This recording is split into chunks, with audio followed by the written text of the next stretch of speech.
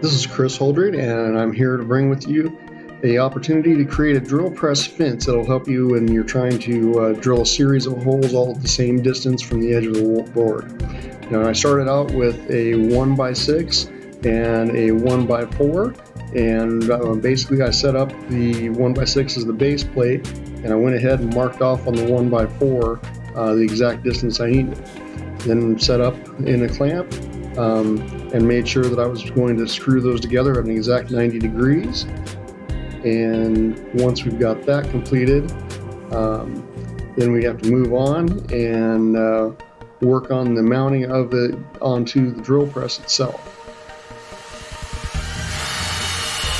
Now, depending on the type of wood that you're using, you may want to make sure that you're pre-drilling your holes so that you don't accidentally split your wood.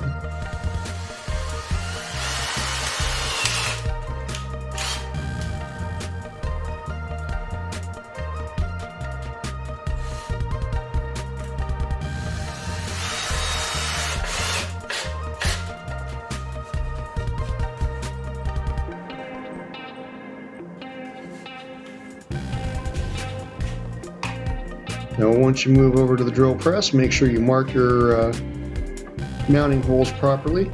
And what you're going to want to do is get those lined up.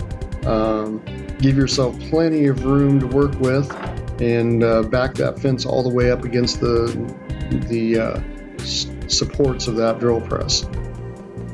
Now, what I did is I went ahead and marked everything, drilled it through, and then also made sure that I countersunk it to make sure that it had a nice smooth surface so that I wouldn't have any issues once we were running the other projects across it.